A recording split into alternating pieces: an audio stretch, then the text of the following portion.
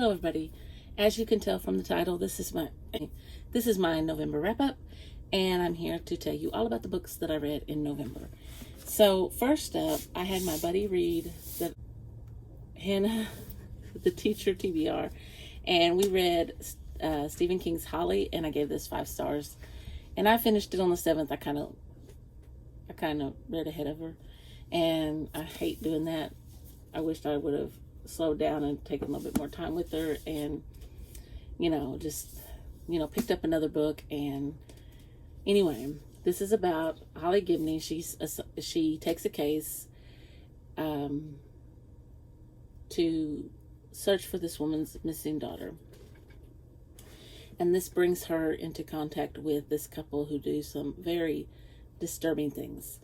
And Stephen King has some political thoughts, and he voices them in this book, but I still enjoyed it, and I gave it 5 stars.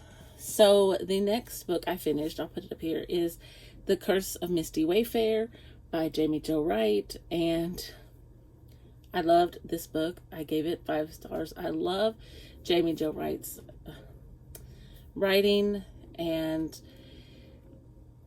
this book was no different. I mean, she just captures everything in this.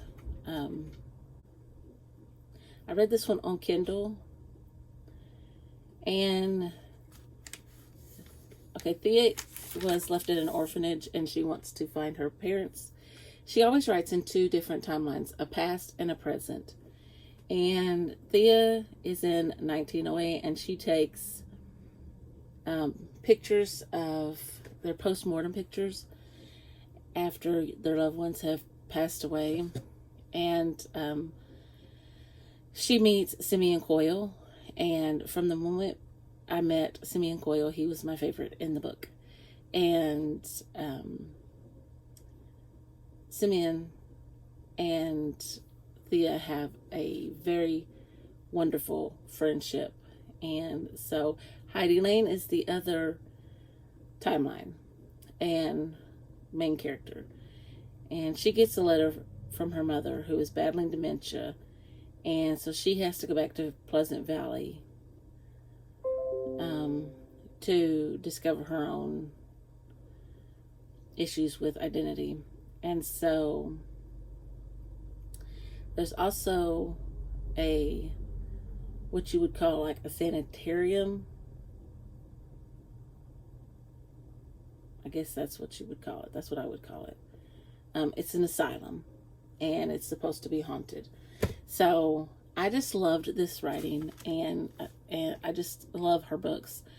And I don't think I've given any of them less than 5 stars. It's wonderful. But Simeon was my favorite character. I looked forward to when he was in the story, and he had my heart from go. So the next one, I did a reread with Fourth Wing in anticipation of Iron Flame, and I would have read Iron Flame right after this, and I started it, but then I put it down because I spoiled myself. I didn't watch anybody. I spoiled myself. I looked back to see how many pages there were, and I read the last page. So I'm trying to wait a little while before I read it, because I know what the end is, and I'm very angry. So I have to cool down. Anyway, I gave this 5 stars again, and I mean, I loved it as much the second time around as I did the first time. So I don't think I have to tell you what that's about. So the next book I read was,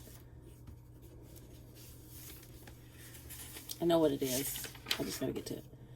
The Monogram Murders by Sophie Hannah. She's writing Poirot's character, which was Agatha Christie's, one of her signature characters.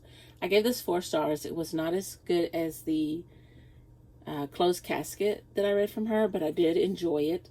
And Gillian Flynn blurbed it.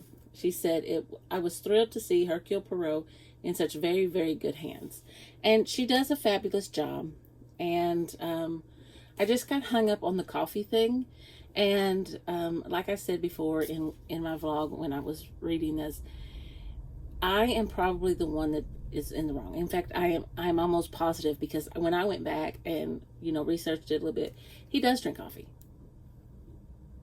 I just hadn't paid attention, because he usually drinks T-Sands, and so that's what I focused on.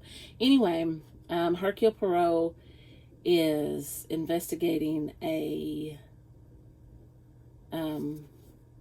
woman comes into this coffee house that he likes, and he knows she's a little disturbed, and so she tells him she's a dead woman, and so he is worried about her. And then there are 3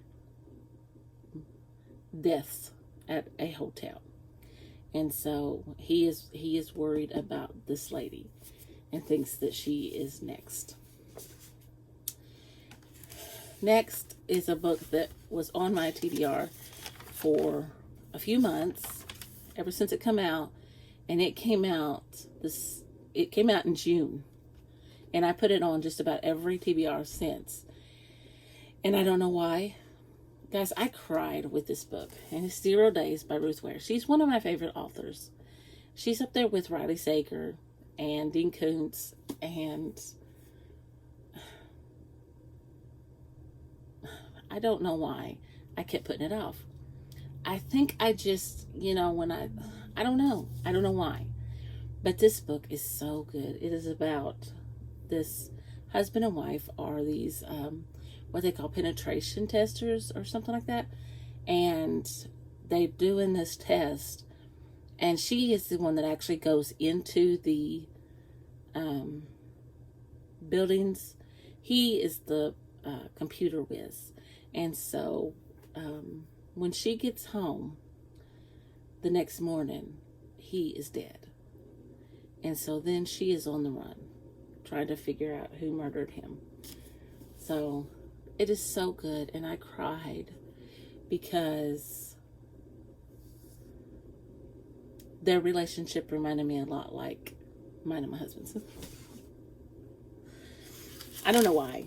It's just, sometimes things that's just the way that it happens. But anyway,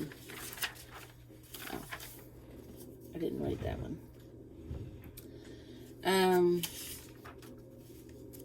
Where my books go? One more. All right, the next one I read was for the readathon I was doing. That I wasn't doing it, but I participated in, that Liv from Liv's Library, Kendall from Bookphoria, Elizabeth from Ponytails and Paperbacks, and then Happy Go Lovely Sleeves. They did a Little Women readathon, and so I read Little Women, and I gave this 5 stars. Guys, this is my first time ever reading Little Women. It was so good. I cried during this one too. And you're not going to believe who my favorite was. Lori was my favorite. Now, if I had to pick a favorite sister, it would be Jo. Jo would be my favorite sister. So, anyway, I don't think I need to tell you what Little Women is about, because, it's a classic. Then I read The Happy Ever After Playlist by Abby Jimenez, and I gave this 5 stars, and this was my prompt for Beth for Little Women readathon, because it is about music, and this is about Sloan, who is grieving. She's been grieving for 2 years, and she's on her way to the graveyard to spend the day with her boyfriend that is passed on, when she has to stop in the middle of the road to avoid hitting a dog, who then jumps into her sunroof.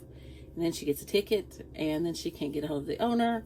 And then when she does finally get a hold of the owner, Jason, it is their love story. And it is beautiful. I loved it. Then I finished my Meg prompt, which is Love in Other Words, by Christina Lauren.